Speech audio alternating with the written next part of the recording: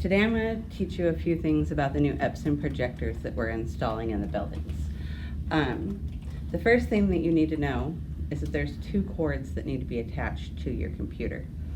If you look over here at the box that they have mounted on your wall, there is a black HDMI cord coming out the bottom and a white USB cord. Those will be plugged into the back of your dock, or for these purposes, we're plugging them in the side of the laptop. There's 3 different ways to turn on your projector. You can use your remote. You can turn it on with a power button up here on the projector if you're super tall. I'm not. Or you can turn it on down here on the box on the wall. There is a power button right here on the side.